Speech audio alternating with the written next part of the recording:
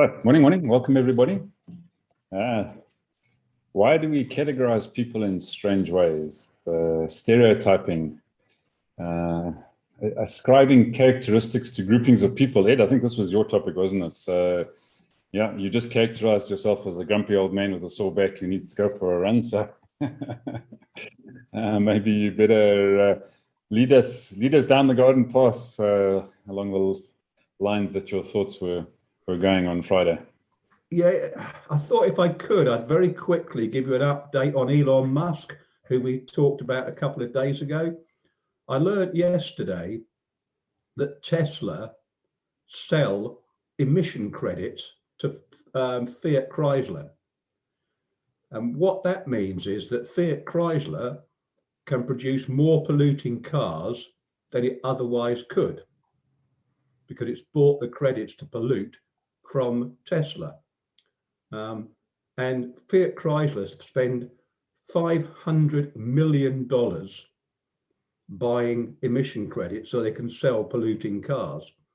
And as between 30 and 50,000 people in the UK die from air pollution, most of it caused by cars, and this is being recorded, I won't tell you what I think about Elon Musk, but he's no longer on my Christmas card list.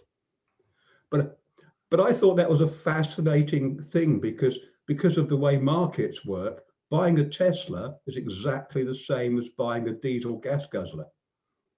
So just thought I'd throw that in there. So what we're talking about today, and the idea came from Frank, because when we were talking about China, he talked about the Chinese people and how they're all different, and our view of China is different from the Chinese people. And then Trevor extended it out quite rightly to stereotypes. And I just wanted to sort of show you how ingrained stereotypes are in the world. And a poet called Rupert Brooke, who some of you may have heard of, wrote a poem called The Old Vicarage at Grantchester. And Grantchester's a village just on the outsides of Cambridge. And when I was a young lad, we used to walk from Cambridge to Grantchester, have a cream tea and walk back again. So that shows you how close Grantchester is to Cambridge.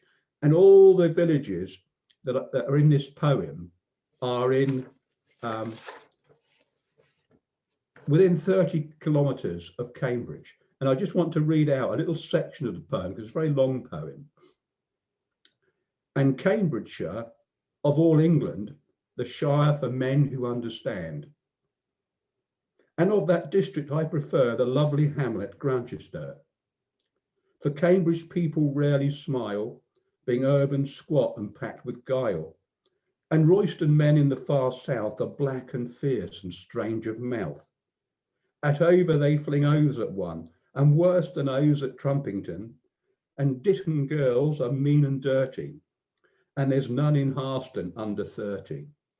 And folks in Shelford and those parts have twisted lips and twisted hearts. And Barton men make Cockney rhymes, and Cotton's full of nameless crimes. And things are done you'd never believe at Madingley on Christmas Eve. Strong men have run for miles and miles when one from Cherry Hinton smiles.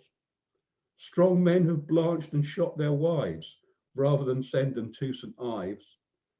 Strong men have cried like babes, be damned, to hear what happened at Babraham. But Grantchester, oh Grantchester, there's peace and holy quiet there. Great clouds along Pacific skies, and men and women with straight eyes, live children lovelier than a dream. So Rupert Brooke saw differences and stereotypes within villages within miles of each other. And actually, I think in the days before we all started moving around a lot, you could see those things in those villages. I remember when I was a boy, those various things were probably true of those villages. And I used to go to school in Cherry Hinton, and they're a miserable lot. So when one of them smiled, you kind of like ran a mile. But I think stereotypes are our way are very quickly trying to make sense of the world, process information quickly, a kind of shorthand. So when we meet someone in a social situation, we kind of know how to react. But they can be very damaging. I mean, I remember employing a guy who was originally from Northern Ireland, and this was way back. And at that time, there were loads of Irish jokes that kind of made the Irish out to be, I don't know whether you have them in South Africa, we certainly have them in the UK, or did have them, that made the Irish out to be thick. And those jokes, you know, held back people's careers because people had the impression that Irish people weren't very bright. So when they applied for a job, they were at the back of the queue. I was really annoyed the other day when I heard on a networking event someone tell an Irish joke. It really upset me. So I think, you know, stereotypes can be useful, but they can be very, very damaging as well. And I'm just really interested to hear what other people said, because I think, you know, it is quite interesting how we suddenly group people as the Scots are dour. Yeah, the English have a strong upper lip. The Americans are brash. The Chinese are secretive. The Japanese are hardworking. You know, so I'd be really interested to hear other people's views. But I just thought it was interesting, the fact that, you know, even a few miles away, and it's also a way of belonging, because we conform to stereotypes. You know, if you want to be a skinhead, you're not going to have dreadlocks and knit your own cardigans. If you're an accountant, you're not going to wear an orange suit and a flashy tie. If you're a marketing creative, you're not going to wear a grey suit and a plain tie like an accountant. So I think it is a way of belonging, but it's also a way of, once we belong, making other people not us, because they're a different stereotype. And if they're not us, we can treat them differently from us. And I remember as the Troubles were starting to end in Northern Ireland, it looks like they're starting to start again, when they had schools that took Catholic and Protestant children, mothers lined up outside the school, and I can't remember which side they were on, but say they were Protestant, they spat at the Catholic children. And mothers spitting at children, they could only do that because they'd stereotyped them, not as children, but as Catholics or Protestants, whichever it was. So I think, yeah, very, very powerful and very dangerous thing, but I think a useful thing for our brains to process information and make sense of just too much information. Great, thanks. Thanks, Ed. I just have one question for you. Is it Fiat's fault, or is it Tesla's fault, or is it the market's fault that you can buy carbon credits? So, yeah. Just because something's legal doesn't mean to say you have to do it. The suicide's legal, but I wouldn't advocate it. Well, yeah. Okay, that takes us down a whole nother rabbit warren. But anyway, so Tabitha, I'd love to hear your thoughts on and your perspective on stereotyping from a younger person's perspective. Okay, sure, not a problem. I think that, you know, neuroscience has actually told us that we actually hallucinate, you know, reality based on our senses, our five senses, and they actually create our perceptions of the world, you know. So I think we need stereotypes, you know, like Ed said, you know, like to derive meaning out of this world, you know. And because, you know, the world is like so full of chaos, and we need to instill a bit of order, you know. So by doing things a certain way, or by characterizing, you know, a certain group of people, I think it gives it a bit more meaning, you know, because life is just life, you know. It's a very difficult thing, you know, and it's very difficult to live and not have nihilistic thoughts, because you can actually come to the realization that, you know, life doesn't mean anything, you know, like Camus on the book, Albert Camus on The Stranger. It's a very dark book. Okay, yeah. It's about this guy who actually, you know, he's passive throughout life, you know. Life just happens to him, and he just kills someone, you know. It just happens to him, you know. And he comes to the realization that, you know, what is life, you know? because we're all gonna die someday. So let it just happen. Like he's very dark, and the characters in the book actually, you know, are like in pity of the guy because he doesn't have like, you know, a source of, I don't know, something that can actually, something that is bigger than him, you know. He's just living and he just sees life as this huge tragedy, you know. So I think that we need stereotypes in a way to you know, like to make meaning out of the world, you know. Of course, some stereotypes are not like, you know, are not like okay, but at least they derive, you know, meaning they create a compass. So yeah, that's what I think when it comes to the subject of stereotypes and yeah, how we go about navigating the world. So thank you. Great, thanks, Tabisa. So I'm going to go across to an old Afrikaans man in our midst here. You know, I'm not stereotyping anybody, but Jasper, I think it's probably you.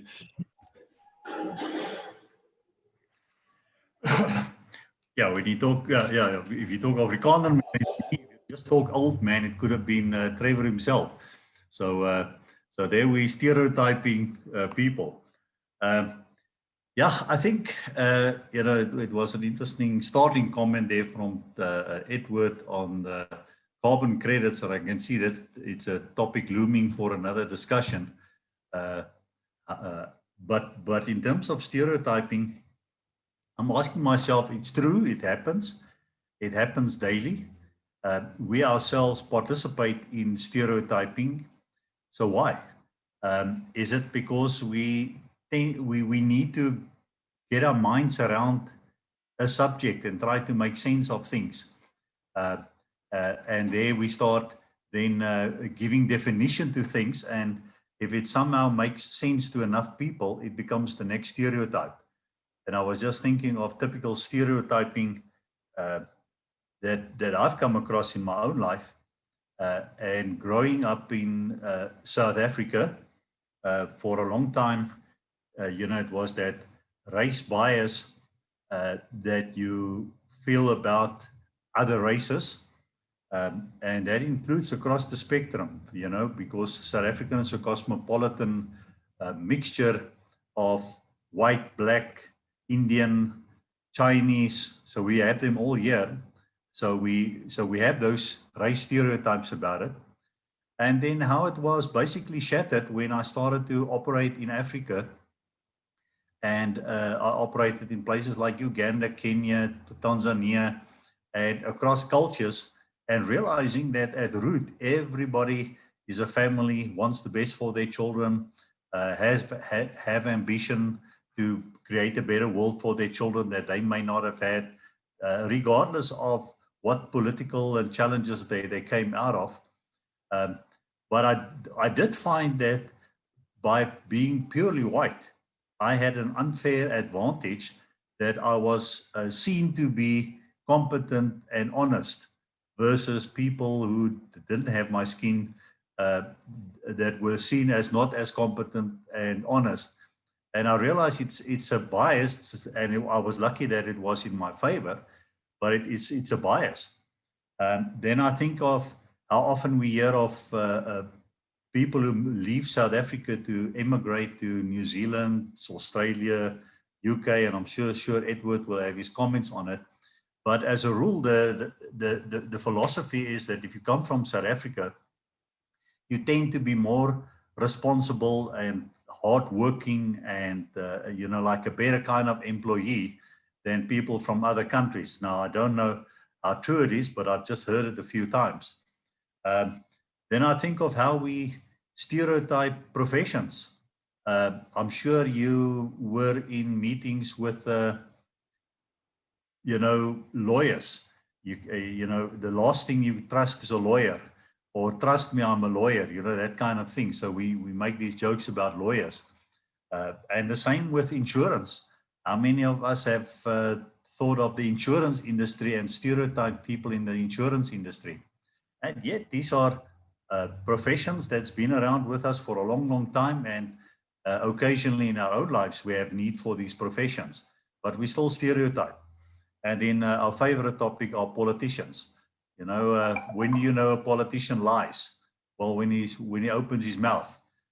So that kind of thing. So, and then I was thinking of in South Africa, we, in our subculture, we have a town here in Johannesburg called Benoni, Boksburg. And that's typically, you know, the kind of jokes that goes around the Benoni, Boksburg is that they are the kind of hillbillies of South Africa. So like you have hillbillies in the States, but then a lot of stereotype of, you know, we talk the 3-to-1 generation. What is it? A 3-liter Ford, a 2-liter Coke, and a 1-liter brandy. You know, that kind of stereotyping of people who live there. And yet there we have an export product of Charlize Theron, which is now one of the most well-known, highest-paid actresses in the world, but she's a Benoni girl. And then how we group people in packages of saying, what is it? I forgot my own grouping. Baby boomer or millennial or stuff like that. And it's fine because it helps to understand broad characteristics of the group and mindsets. And I myself, I'm now using the stereotyping of 1 generation versus 3 generation. Yeah, so I think it's good. We need it. It's the same process that we use when we learn to drive a car. I mean, it's totally chaos when you first drive a car and you have to understand how all the components work. And then as you then groove it in, after a while, you can drive a car from here to Cape Town 14 hours later and actually forgot that you drove a car because your mind was busy elsewhere. So it's a way for your body or your mind to almost cope with overload of information, but it has the danger that can make you lazy in thinking, that when you then meet a person, you then default back into stereotyping and then operate from there instead of just getting to know the person actually, and then he could confirm or shock you that he's not the stereotype that you think of.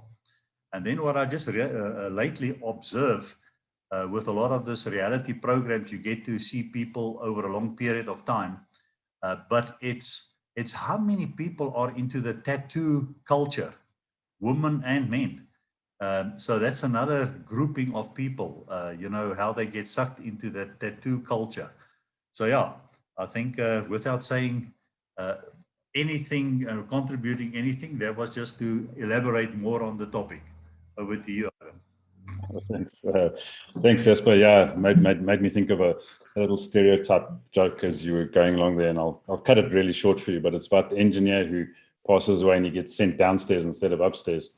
And when he gets there, he realizes there's all sorts of things wrong, so he starts fixing them. You know, fixes the air conditioning, fixes the heating system. You know, really improves the conditions down there. And a little bit later, the man upstairs realizes this mistake has been made, so he sends a message down, says, you know, mistake made, please send this guy up. So boss downstairs says, no ways, you know, this guy's doing a great job, I'm going to keep him. So the man upstairs says, well, I'm going to sue you. So he says, well, where are you going to get a lawyer up there, you know? I'm going to find one. So anyway, yeah, we won't stereotype anybody. Lee, over to you. Yeah, great topic. I was struck by the fact when I went to the States, so I think I've told the story, you know, 18 years old, first time in a plane, fly across the ocean, arrive in America. And of course, you know, as a little Zimbabwean girl, I had my image of America and Americans. And I arrived in a little village on the edge of Lake Superior and discovered that while this group of people that were Americans, there's no doubt, they saw themselves as Americans, they were patriotic to America, their culture was Scandinavian. the immigrants that had populated that area had come from mainly Finland and a little bit of Sweden, but there were traditions, festivals, food, words, jokes that were all Swedish or Scandinavian. And then I would go and visit somebody in another, my friend was in a town in Wisconsin, and it was German. It had German food and German culture and German festivals. And I realized that it's in this highly immigrant concentrated environment that people had brought a little bit of home, and this home was lasting centuries. These were not new immigrants. These were people that passed one generation on to the next. And so this idea of stereotyping, I think doesn't only come because I want to separate, because I want to disparage somebody else. I think it's also because I want to, Edward used that word belong. I want to have a sense of my culture, who I am, and I'm able to define myself by these things. And that then may well create stereotypes for others. But I'm also building an image that of myself in this place, and it gives me a sense of identity. And I realized that also means that I start to say what I'm not.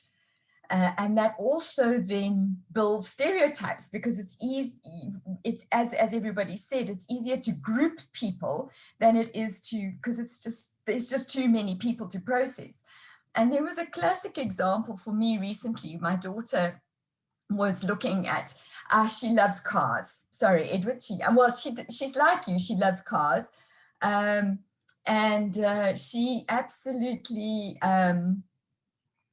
So she was looking at a new car to buy, and I can't remember what car it was that she was looking at. And my other daughter said to her, "But that's a soccer mom car." My oldest daughter, who's looking at this car, almost threw the plate of food at her.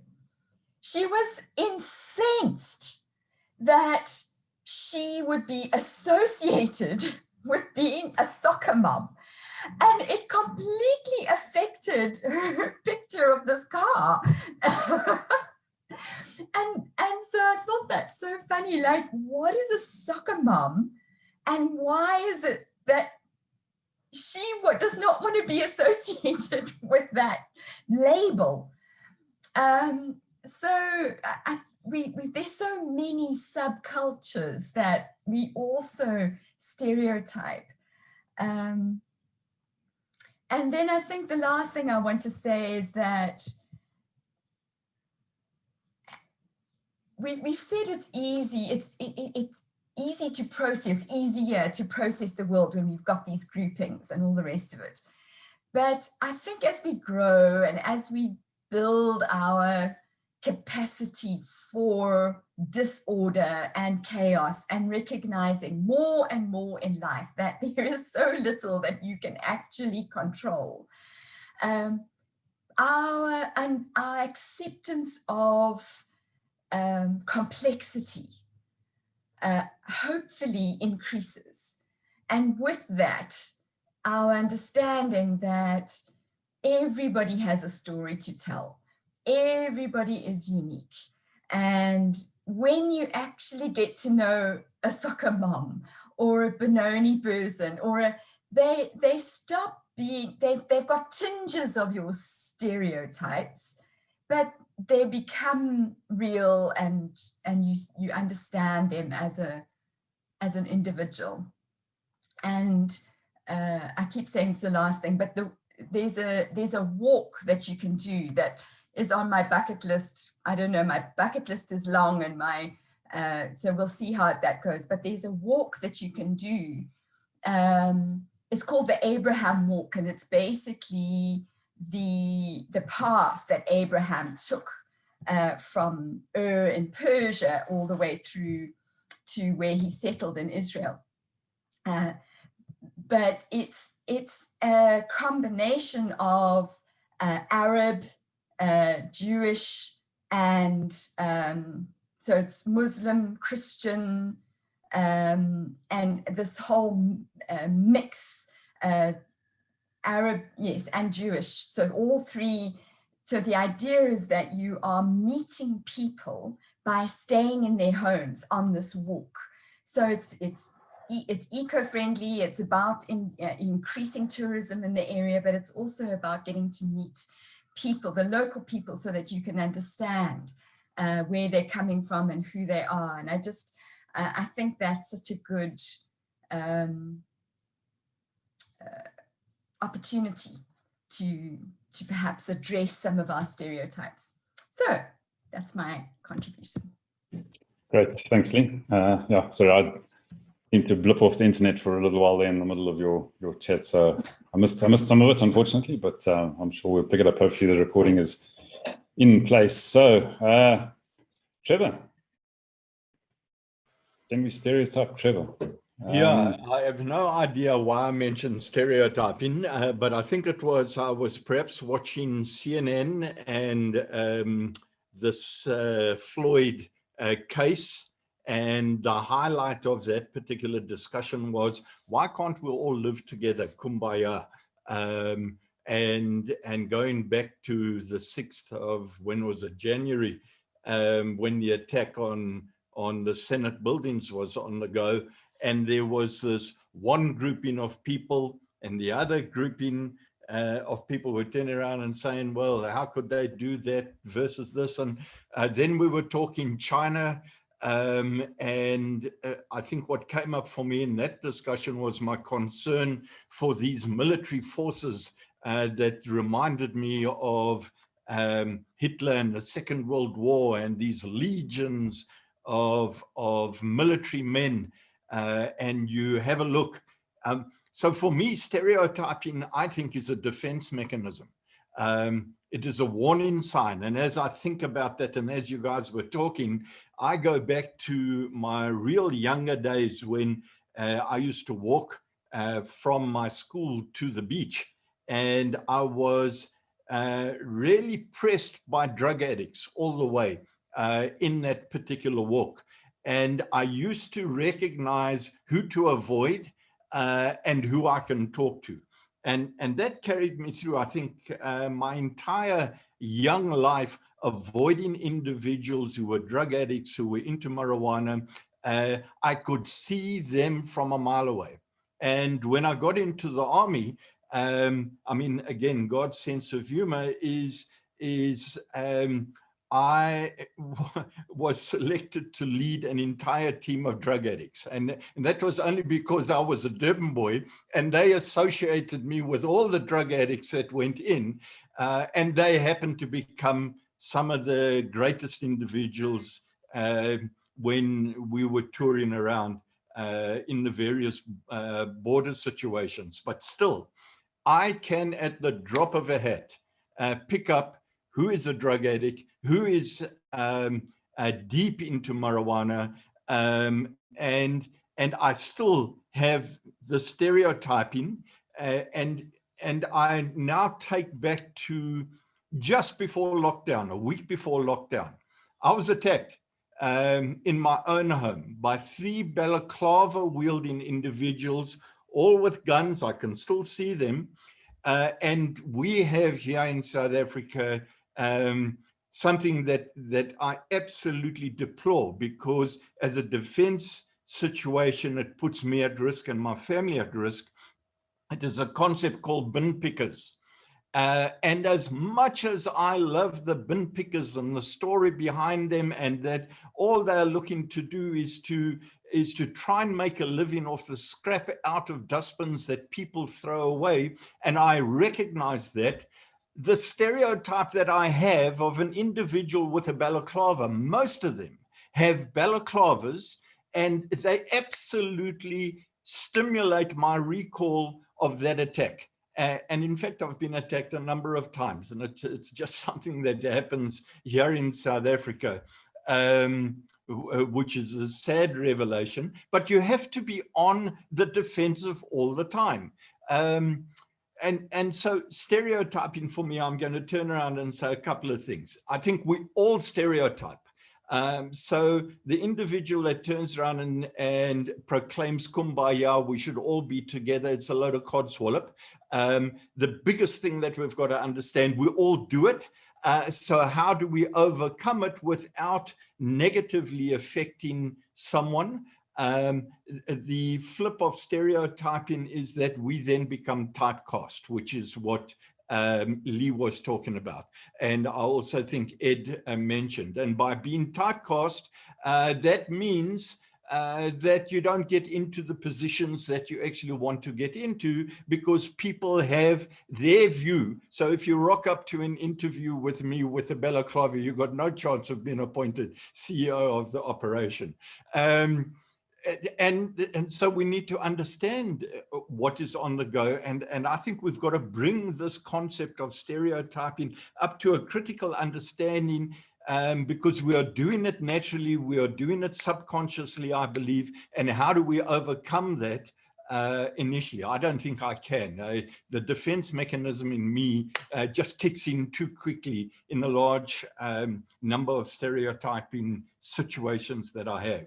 And then I think about our South African situation, and Jasper was talking about throughout Africa, and as a white individual in Africa, recognizing that your stereotype had you looking to other individuals who I believe would be primarily black-skinned individuals, that you are more trustworthy. So you can see the reverse typecasting and reverse stereotyping going on there. But 25 years into our democracy, and I'm now 25 years older from the democracy, I have two challenges. I'm closing into Ed, who's well over 70 now, I think, or he's running fast to get there, but we're getting there to 70. And these youngsters who are looking at soccer mom cars and all of those sort of things, they've stereotyped me. They say I'm an old fart. So ageism is now coming into play. Stop laughing at me up at the top there. Is that tobacco or tobacco? No, you must write your proper name there. Otherwise, I'm not going to remember that. It's got nothing to do with ageism. It's purely dementia. The reverse is, I recognize here in South Africa that the white population who thought, and who not thought, they definitely did have power, but the white population remaining here in South Africa is a minuscule percentage of the total population. So if you want to get into those positions of business power, you need to understand that the typecasting is going to favor the mass of the population. So, and every one of us has got to survive looking forward to the next 10, 20, 30 odd years. And as a result of the switch in democracy, where there's freedom and there's a correct aligning of color and demographics here in South Africa, how do you as a white person now, in an absolute minority, and I think this must have been where it is, America is suffering from a black minority who's becoming a majority, but they have always suffered as being the minority. Here, we had the problem of the white minority was in power, but that power has effectively been taken away just by sheer numbers. And how do you, knowing that everyone is being typecast, make certain that you have a place in the sun going forward? It is so taxing on me that I have sleepless nights. No, I lie. I just think these are interesting things that we've got to think about. And I don't think we have enough of a discussion of how stereotyping and typecasting plays such an important role in you achieving where you want to be. And we talk of climbing to the top of Everest. If you choose the wrong Everest to climb against all of the negative stereotyping against you, you are fighting a couple of things.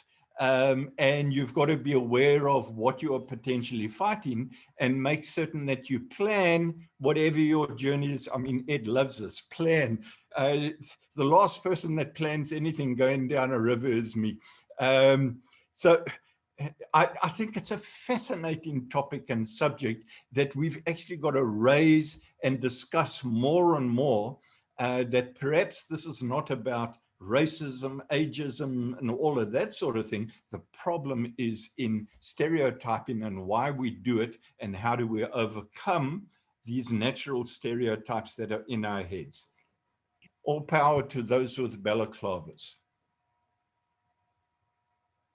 Evan, you've completely confused this simple little white boy from a rural country that no longer exists. How's that for a stereotype? Yeah. So after that, what do you call that? A monologue? I think it was a monologue. Yeah.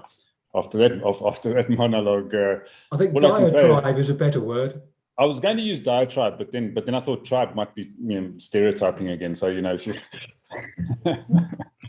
you've just fallen into the trap. You've grabbed the bait, hook, line, and sinker, and you've stereotyped me publicly on this forum.